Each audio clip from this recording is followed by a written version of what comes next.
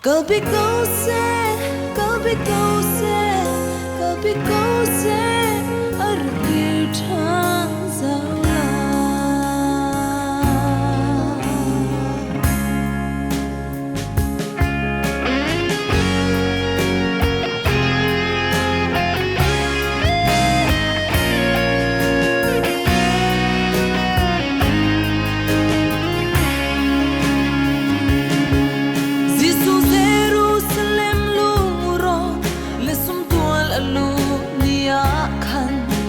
Below me like in tungin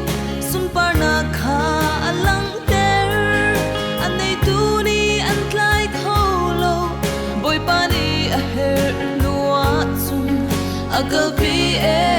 Jerusalem leya boy pani a heratun agan pek tiao that swana kin kalpi ko se asun parna dinga tun kan mata zay man a umlo at talking too long kan si e kalpi ko se arakir chan zaula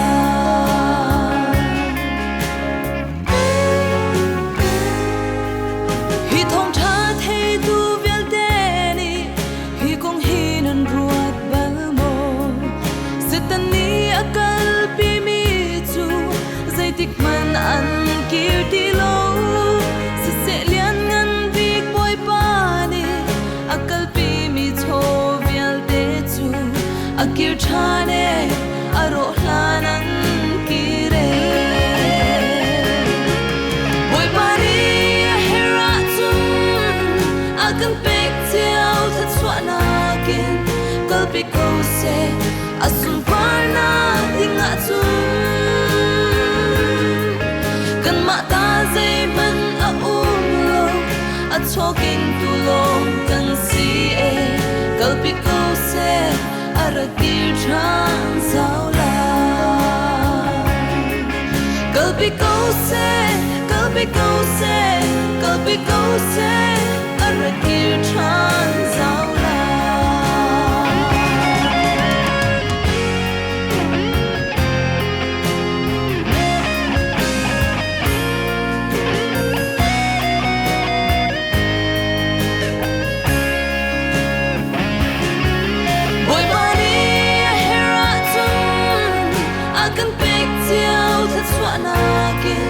kalpi ko se asun parna dinga su kan mata zay man a umlo